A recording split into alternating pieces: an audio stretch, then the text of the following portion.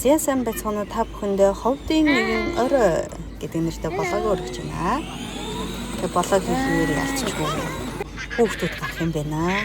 Хүүхдүүд өсөлт оруулахгүй гэж бодсон боловч ер нь хүүхдүүдийн хаалт гэж юм байна гэж. Тэгээд ховдын нэгэн орой маань мэдээж талбай гарч ховдынхоо нутгийн удирдлагын ордон руу очиж хүүхдүүдэд тоглуулсан. Тэгээд манай ховдод хүүхдүүдэд тоглуулах, зармаг идэх, машин суух, тоглоомн суух, шурлагдах гэх мэт гоё орчинтай газар байдаг нь манай талбай баг шүү. Тэгээд хүүхдүүдэд тоглуулчаад тиймэрхүү гэвэл цанцараа буйнд гол руу гацсан. За тэгээ ховдынхныг буйнд гол руугаар төсөөлшгүй.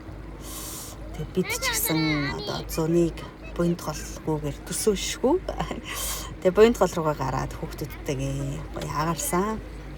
Тэгээд энэ болохоор оройны одоо сүүлийн гаралт байсан. Яг тэгвэл энэс хойш жижигэн найзууд манд гараад ирсэн. Одоо тэгээ бид нар нь жижигэн найзаас асуухтайгаа л өндөрч байна. Баярлалаа.